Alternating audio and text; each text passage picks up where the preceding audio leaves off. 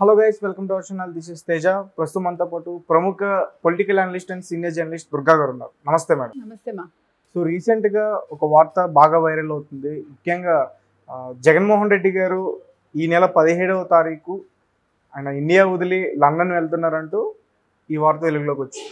And దీని గురించి ముఖ్యంగా షర్మిల గారు వదిలేసి పారిపోతున్నాడు, ఓడిపోతాడని తెలిసి పారిపోతున్నాడు, ఇలాంటి వ్యాఖ్యలు కూడా షర్మిల గారు చేస్తున్నారు.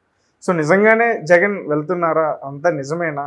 లండన్ అలాగే జెరూసలేం, న్యూజిలాండ్ ఇవన్నీ కూడా తిరిగి మళ్ళీ జూన్ 1వ తేదీన మళ్ళీ రిటర్న్ వస్తారంటూ చెప్తున్నారు. దీనికి సిబిఐ కోర్టు అనుమతి కూడా లేదు అని చెప్పేసి నిరాకరించారని చెప్పి కూడా వార్త అయితే వచ్చింది. సో దీని గురించి ఏం చెప్తారు? అంటే ఆయన వెళ్తానని అప్లై చేసుకున్నారండి సిబిఐ కోర్టుకి. అయితే ఆయన ఇట్లా మేము లండన్, ఫ్రాన్స్, ఇది స్విట్జర్లాండ్, ఈ 3 ప్లేసెస్కి వెళ్ళాలని అప్లై చేసుకున్నారు. అయితే దాని మీద సిబిఐ ఏమందంటే మీరు ఇవ్వద్దు అని నిరాకరించండి అని కోరింది. అయితే వాళ్ళు ఒకరోజు టైం ఇచ్చి మీరు కూడా కౌంటర్ వేసుకోండి అని సిబిఐకి చెప్పారు.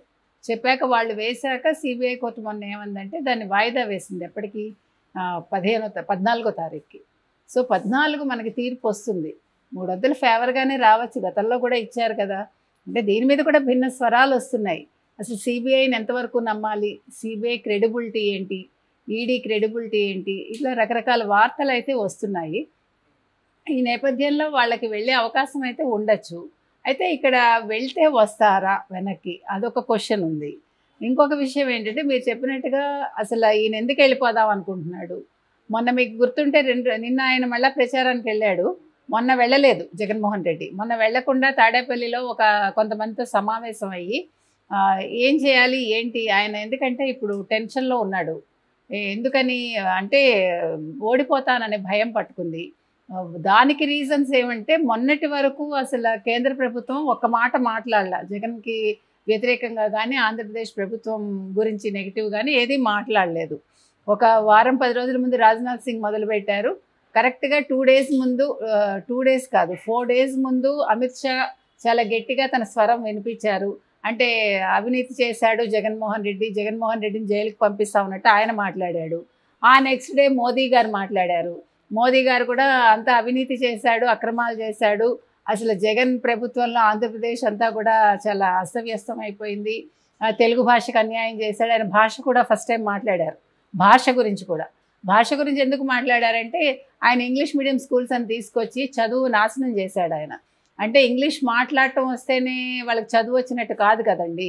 భాష రావాలి, ఏ భాష అయినా నేర్చుకోవాలి. కాకపోతే అమ్మ భాషను వదిలేసి ఈ ఆంగ్ల భాష నేర్చుకోవాలి అని ఆయన చెప్పటం అనేది చాలామంది వ్యతిరేకించారు దాన్ని.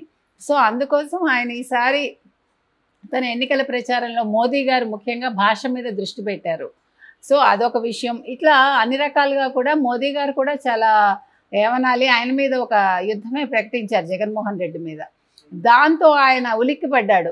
నిన్నటి వరకు నిర్మలా సీతారామన్ చెప్పినట్టు ఇది చంద్రబాబుకి పవన్ కళ్యాణ్ దత్తపుత్రుడు అంటారు కానీ నిర్మలా సీతారామన్ చెప్పినట్టు మోదీకి దత్తపుత్రుడు జగన్మోహన్ రెడ్డి యాక్చువల్గా. అటువంటి మోదీ గారు ఇట్లా ఒక నెగిటివ్ కమెంట్స్ చేసేసరికి సో నా పని అయిపోయింది, రేపు పొద్దున్న నేను జైలుకి వెళ్ళాలి అని ఒక భయం పట్టుకుంది ఆయనకి. ఓడిపోతాను అనేది ఖచ్చితంగా ఆయన మెదడుకి ఎక్కిందనమాట. దాంతో మొన్న కూర్చుని అంటే రకరకాల వార్తలు వచ్చాయి. ఫైల్స్ అంతా తగలబెట్టేయమన్నాడు, లేకపోతే ఫైల్స్ అంతా తీసుకెళ్ళిపోమన్నాడు, అంటే మాయం చేయమన్నాడు. తర్వాత ఆస్తులన్నీ ఎక్కడికక్కడ సర్దుకుంటున్నాడు, క్యాష్ అంతా కూడా ట్రాన్స్ఫర్ చేశాడు, తాడేపల్లి ప్యాలెస్ వదిలేసి వెళ్ళిపోతాడు. ఇలా మనకి ఇన్ని వార్తలు చక్కర్లు కొట్టాయి. ఎంతో కొంత నిజం ఉండొచ్చు అందులో, నిప్పులేందే పొగ రాదు కదండి. ఇప్పుడు మీకు గుర్తుంటే కేసీఆర్ అదే పని చేశాడు కదా. ఫైల్స్ మాయం చేయించాడు, కొన్ని ఫైల్స్ తగలబెట్టించాడు.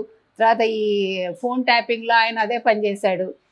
ఫోన్ ట్యాపింగ్ సంబంధించిన చిప్స్ అవంతా కూడా మాయం చేశాడు. ఆయన పారిపోలేదు. ఎందుకు పారిపోలేదంటే కేసీఆర్కి ఒక ప్లస్ పాయింట్ ఏంటంటే ఆయన ప్రతిపక్షాలను ఇట్లా ఇబ్బంది పెట్టలేదు కదా. కేసీఆర్ అంతా దురహంకారం, ఆయనది వేరు. ఏం జరుగుతోంది తెలుసుకుని ఎన్నికల్లో తను ఎలా వ్యూహాలు పనుకోవాలి అనే ఉద్దేశంతో ఆయన ఫోన్ ట్యాపింగ్ చేయించాడు అనేది ఒక వార్త. అంతేగాని ఇట్లా జీవితాలు నాశనాలు చేయడాలు లేదా ప్రతిపక్షాల మీద కేసులు పెట్టడాలు అదే ఆయన దృష్టి కాదు అసలు. ఆయన అటువంటి రాజకీయాలు చేయడు. ఎందుకంటే ఆయన కూడా కొంచెం దీర్ఘకాల చరిత్ర ఉంది. ఆయన ముఖ్యంగా తెలుగుదేశం నుంచి వచ్చిన వ్యక్తి. నందమూరి తారక రామారావు గారి శిక్షణలో వచ్చాడు, తర్వాత చంద్రబాబు నాయుడు గారితో పనిచేశాడు. కాబట్టి కొద్ది గొప్ప ఆయన రాజకీయంగా అంత చెడ్డ పనులు చేయడని మనం అనుకోవచ్చు. వేరే జగన్మోహన్ రెడ్డిది అది కాదు కదా. ఆయన రావటమే అసలు తండ్రిని అడ్డు పెట్టుకుని వచ్చి, తర్వాత తండ్రి ద్వారా ఒకరోజు కూడా అసెంబ్లీ సెక్రటేరియట్లో అడుగు పెట్టకుండా ఆస్తులు సంపాదించుకుని, ఒక కంపెనీ కూడా పెట్టకుండా ఈయన ఆస్తులు సంపాదించుకుని, ఈరోజు 43,000 కోట్లు ఎక్కడి నుంచి వచ్చిందో చెప్పుకోలేని స్థితిలో సిబిఐ ఈడీ కేసులు ఎదుర్కొంటున్న జగన్మోహన్ రెడ్డి భయపడతాడు న్యాచురల్గా. ఎప్పుడు కూడా ఒక తప్పు చేసిన వాడు తప్పు మీద తప్పు చేసుకుంటూ వెళ్తాడండి. ఇప్పుడు ఫస్ట్ తప్పు చేసినప్పుడు ఎప్పుడైతే తల్లి తండ్రి కానీ ఇంట్లో వాళ్ళు కానీ స్నేహితులు కానీ ఖండిస్తారో రెండో తప్పు చేయడు ఎవడైనా సరే. ఇప్పుడు ఒక తప్పు చేసినప్పుడు నువ్వు ఈ తప్పు చేసావు, నీతో మాట్లాడవు, నువ్వు మాతో స్నేహం చేయొద్దు అంటే ఆ మనిషిలో ఆలోచన వస్తుంది. అలా కాకుండా దానికి ఊతమిస్తూ 10 మంది మనతోటి ఉన్నారనుకోండి, ఇప్పుడు ఆయన చుట్టూ ఉన్న వాళ్ళందరూ అదే కదా, వంది మగధులు ఉన్నారు, ఈయన ద్వారా లబ్ధి పొందుతున్న వాళ్ళు ఉన్నారు, ఈయనకి చెడు సలహాలు ఇచ్చేవాళ్ళు ఉన్నారు. అంటే అసలే కోతి ఆపై నిప్పు తొక్కింది, ఆ మీద కళ్ళు తాగింది అన్నట్టుగా ఆయన పరిస్థితి తయారైంది. ఇప్పుడు నాకు చెడ్డ బుద్ధి ఉంటే ఆ చెడ్డ బుద్ధికి ఇంకా ఆజ్యం పోసే వాళ్ళు ఎక్కువైనప్పుడు నేను ఏ రకంగా ఇందులోంచి తప్పుకోవాలి, ఏ రకంగా ఇంకా చెడు చేయాలి, ఏ రకంగా ప్రజల్ని కానీ ప్రతిపక్షాలను కానీ ఇబ్బంది పెట్టాలి అని ఆలోచిస్తాడు ఆయన. ఎంతసేపు పథకాలు అంటాడు తప్ప పథకాలకి సంపద ఎలా సృష్టించాలి, డబ్బులు ఎక్కడి నుంచి వస్తాయని ఆలోచించడు. నిన్న కూడా 3,000 కోట్లు తెచ్చాడు, ఎట్లా తెచ్చాడో తెలియదు మనకి. సో ఈ డబ్బంతా కూడా ఎలా తెస్తున్నాడు, ఎక్కడో ఆస్తులు అమ్మి ఇది చేసి అట్లా తెస్తున్నాడు తాకట్లు పెట్టి.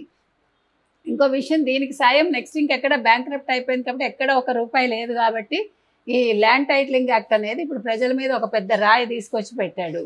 సరే ఇవన్నీ పక్కన పెడితే ఇప్పుడు షర్మిల ఏమంటోందంటే, అన్న నువ్వు ఎలాగా పారిపోతున్నావు, నువ్వు భయపడ్డావు, నువ్వు ఓడిపోతున్నానని నీకు తెలిసింది, పారిపోకన్నా అంటోంది. అంటే మడమ తిప్పను మాట తప్పను అన్న పెద్ద మనిషి ఈరోజు పారిపోతున్నాడంటే సిగ్గుచేట ఎవరికి, జగన్మోహన్ రెడ్డికే కదా. నేను చాలా దిగొచ్చాను, నేను పులి బిడ్డని, లేకపోతే నేను రాజశేఖర రెడ్డి బిడ్డని అంటాడు కదా. నువ్వు రాజశేఖర రెడ్డి కొడుకు ఏంటి, మీ బిడ్డని ప్రజల్ని ముంచుతున్నాడు, రాజశేఖర రెడ్డి కొడుకుని పదవులు తెచ్చుకుంటున్నాడు. ఇప్పుడు సందర్భం వచ్చేసరికి ఏం చేయాలో తెలియక పారిపోవాలని చూస్తున్నాడు. సో నిఖార్సైన రాజకీయ నాయకుడు ఎవడు ఇలా చేయడు. ఈ విషయంలో నిఖార్సైన నాయకురాలు ఎవరంటే షర్మిల. ఎందుకంటే ఆవిడ ధైర్యంగా కడప మొత్తం తిరుగుతోంది, నియోజకవర్గాలన్నీ, తన వాయిస్ వినిపిస్తోంది, అది కూడా స్క్రిప్ట్ లేకుండా వినిపిస్తోంది. ఆవిడ చాలా చక్కగా మాట్లాడుతున్నారు, తను చెప్పదలుచుకుంది సూటిగా చెప్తోంది. ఒక్కొక్క సభలో ఒక్కొక్క అస్త్రాన్ని ఆవిడ బయటకు తీస్తోంది, కుటుంబానికి సంబంధించిన ఒక్కొక్క విషయాన్ని ఆవిడ వదులుతోంది. జగన్మోహన్ రెడ్డి విలువెల్లాడిపోతున్నాడు. భారతిరెడ్డి అవినాష్ రెడ్డికి మధ్య సంబంధం గురించి మాట్లాడింది. ఈరోజు అన్నగారు పారిపోతున్నాడు, నువ్వు పారిపోకని మాట్లాడింది. తర్వాత నిన్న సౌభాగ్యమ్మ గారు వచ్చారు బయటికి. సౌభాగ్యమ్మ గారు నిన్న కడపలో మాట్లాడుతూ, అంటే ఆడవాళ్ళందరూ బయటకు వస్తున్నారు, మీరు చూడండి. అక్కడ భారతిరెడ్డి బయటకు వచ్చింది, తర్వాత సమతారెడ్డి బయటకు వచ్చింది, కానీ భారతిరెడ్డికి అంతా కూడా ఎదురు తిరిగారు ప్రజలు. వేరే ఈవిడికి బ్రహ్మరథం పడుతున్నారు. నేను సౌభాగ్యమ్మ గారు ఎంత చక్కగా మాట్లాడారంటే, మీరు మా షర్మిలమ్మ కొంగు చాచి అడిగింది, మీరు ఓట్లు వేయండి, చీర సారే అడుగుతారు ఆడబిడ్డలు పుట్టింటికి వస్తే, కానీ మా బిడ్డలు మిమ్మల్ని ఓట్లు అడుగుతున్నారు, మీరు షర్మిలమ్మకు ఓటేసి గెలిపిస్తే లోక్సభలో తన వాయిస్ వినిపిస్తుంది అంటే ఆవిడ చాలా చక్కగా ఎక్కడా గ్యాప్ తీసుకోకుండా ఆ మాట్లాడినంతసేపు కూడా చక్కగా మాట్లాడారండి. ఎటువంటి తడబాటు లేకుండా, అక్కర్లేని విషయాలు మాట్లాడకుండా, అక్కర్లేని నిందలు వేయకుండా ఆవిడ చెప్పదలుచుకుంది చాలా చక్కగా చెప్పారు. అంటే షర్మిలని ఆవిడ నమ్మారు. ఇప్పుడు తన భర్త చనిపోయాడు, తన భర్తను ఎవరు చంపారో తెలుసు, కానీ నిజం బయటికి రావట్లేదు, దానికోసం సునీత అవస్థలు పడుతోంది 5 ఏళ్లుగా, న్యాయం కోసం ఆవిడ పోరాడుతున్నారు, ఇవే చెప్పారు ఆవిడ. సో నేను అనేది ఏంటంటే, నిఖార్సైన పులిబిడ్డ షర్మిల అయితే ఈయన కాగితం పులి అనమాట, ఎవరు మన జగన్మోహన్ రెడ్డి. కాబట్టి పారిపోవాలని చూస్తున్నాడండి. ఇప్పుడు ఒకవేళ 14న కోర్టు అనుమతిస్తే 14 నైట్ వెళ్ళిపోతాడో, 15 వెళ్ళిపోతాడో, 17 వరకు ఆగుతాడని మనం చెప్పుకోకర్లా. ఇంకొకటి, తను లండన్లో ఏదో ఐలాండ్ కొన్నాడు అని ఒక టాక్ వచ్చింది. ఈయన డబ్బులన్నీ స్విస్ బ్యాంక్లో డెఫినెట్గా ఉంటాయి. ఇప్పుడు ఉన్న ఈ డబ్బులంతా కూడా ఇప్పుడు తాడేపల్లిలో ఉన్నవి. అప్పుడు ఆ రోజు ట్రక్ ఒకటి వెళ్ళింది మనకు తెలుసు, అది రివర్స్లో వెళ్ళి రివర్స్లో వచ్చింది, ఎంత డబ్బు వెళ్ళిందో మనకు తెలియదు. ఇప్పుడు అంటే నియోజకవర్గాలకు డబ్బు పంపించాడంటున్నారు, కానీ ట్రక్కులో డబ్బులు అయితే వెళ్ళవు. ఎందుకంటే ప్రతి ఎమ్మెల్యే దగ్గర నుంచి కనీసం ఆయన నాకు తెలిసి 40 కోట్లు తీసుకున్నాడని నా వినికిడి. మనకి 40 కోట్లు అంటే ఇప్పుడు నియోజకవర్గాలకు 20 కోట్లు పంపించాడు మొన్న. అది కూడా లైట్లు ఆపేసి ఎలక్ట్రిసిటీ అంతా బంద్ చేసి పంపించాడు కదా, చీకట్లో అంతా పంపకాలు జరిగాయి. సో ఈ పంపకాలన్నీ కూడా వాళ్ళు ఇచ్చిన డబ్బులే వాళ్ళకి కొంచెం ఖర్చు పెట్టాడు. మీ దగ్గర 40 తీసుకున్నానండి, 20 మీకు ఇచ్చా, 20 నేను దాచుకున్నా. సో ఇక్కడ కూడా లాభం లేకుండా ఏమీ చేయలేదు ఆయన. సో జగన్మోహన్ రెడ్డి చాలా తెలివిగా ఉన్నాడు, చాలా ఏం చేయాలో కరెక్ట్గా ఆలోచించున్నాడు. అంటే చావు తెలివితేటలు అంటారు వీటిని. చావు తెలివితేటల్లో మనిషి తప్పులు చేస్తాడు, ఒప్పులు చేస్తాడు. సో ఇక్కడ ఒక ఒప్పు చేస్తున్నాను అనుకుని తప్పులో కూడా కాల్ వేయచ్చు. So we have to wait and see what is going to happen అని. ఓకే, అంటే షర్మిల గారు జగన్ ఓడిపోతారు అని చెప్తుంది కానీ గెలిచేది ఎవరు అనేది చెప్పట్లేదు. అది అండర్స్టూడ్ అండి. ఆవిడ చెప్పడం ఎందుకు, ప్రజలే చెప్తున్నారు కదా మేము కూటమినే గెలిపిస్తాం. నిన్న ప్రభుత్వ ఉద్యోగులు పోస్టల్ బ్యాలెట్ ఓట్లో క్లియర్ కట్గా చెప్పారు, మేము ఖచ్చితంగా మేము కూటమికే వేసాము. నిన్న తరివి కొట్టారు కదా కొట్టు సత్యనారాయణని తాడేపల్లిగూడెంలో. ఆయన ప్రభుత్వ ఉద్యోగులు పోస్టల్ బ్యాలెట్ ఓట్లు వేస్తూ ఉంటే వచ్చి వాళ్ళ మీద జులుం ప్రదర్శించాడు.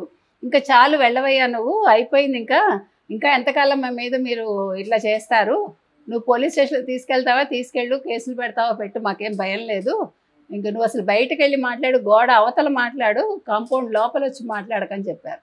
సో ప్రజలు క్లియర్గా ఉన్నారండి. వాళ్ళు ఏం చేస్తున్నారంటే ఇటు డబ్బులు తీసుకుని అటు ఎవరు కోటేయాలో they know that pretty well. So ఇప్పుడు జగన్మోహన్ రెడ్డి ఎదురు చూడటానికి ఏమీ లేదు. మీరు ఏం చేశారు ప్రభుత్వ పరంగా, మీరు ఏ అభివృద్ధి చేశారు అంటే ఆయన చెప్తున్నాడు కదా, ఈ పోర్టులు వస్తాయి, ఆ పోర్టులు వస్తాయి, తర్వాత ఏంటి చెన్నై అంటే పోర్టుట, బాంబే అంటే పోర్టుట, తలతిక్క. చెన్నై అనేది పోర్టు వల్ల చెన్నై వచ్చిందా? చెన్నై అనే పేరు అసలు చెన్నడు అనే తెలుగువాడు 1600 సంవత్సరంలో